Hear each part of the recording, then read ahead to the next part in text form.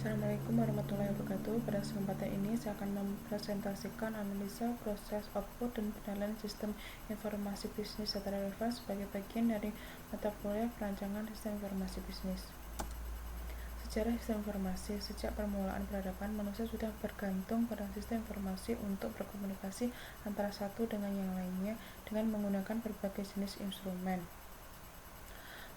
Pada perkembangannya, sistem informasi melalui alat pengolahan data sejak zaman purba hingga saat ini dapat digolongkan ke dalam 4 golongan besar, yaitu peralatan manual, yaitu peralatan pengolahan data yang sangat sederhana di mana faktor terpenting dalam pemakaian adalah alat menggunakan tenaga tangan manusia. Peralatan mekanik, yaitu peralatan yang sudah berbentuk mekanik yang digerakkan dengan tangan secara manual. Peralatan mekanik elektronik, yaitu peralatan mekanik yang digerakkan secara otomatis dengan motor elektronik.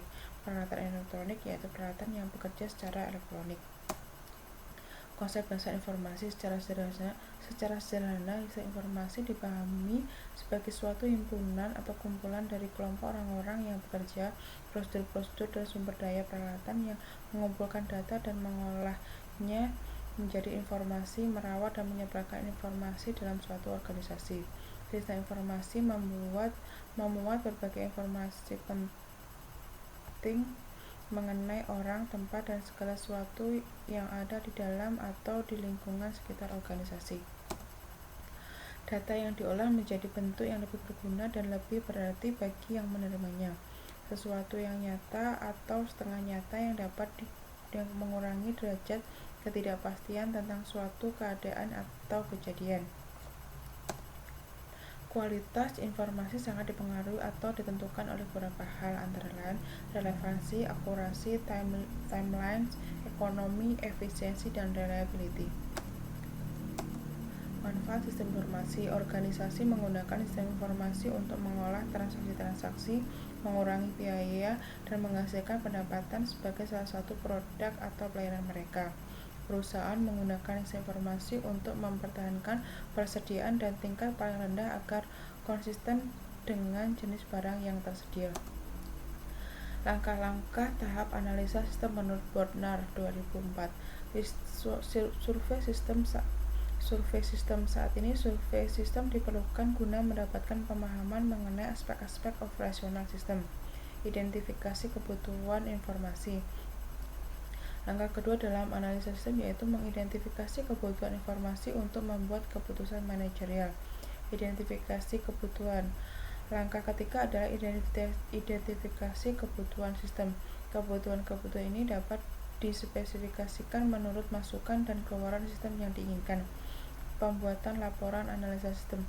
Pembuatan laporan analisa sistem. Laporan ini sangat penting karena seringkali digunakan sebagai dasar pengambilan keputusan manajemen puncak. Analisa basis, performance, information, ekonomi, kontrol, efisiensi, dan service. Terdiri dari analisa kinerja atau performance, analisa informasi atau information, analisa ekonomi, analisa keamanan, analisa efisiensi, dan layanan service. Berdasarkan uraian di atas, analisa sistem dilakukan untuk menghasilkan suatu laporan tertulis yang digunakan untuk mengidentifikasi masalah dari suatu sistem yang diterapkan guna mendapatkan gambaran tentang keadaan sistem yang sedang diterapkan. Fase analisa sistem. Dilakukan proses penilaian, identifikasi dan evaluasi komponen dan hubungan timbal balik yang terkait dalam pengembangan sistem. Fase analisa sistem adalah fase profesional sistem melakukan kegiatan analisa sistem. Laporan yang dihasilkan menyediakan suatu landasan untuk membentuk suatu tim proyek sistem dan memulai fase analisa sistem.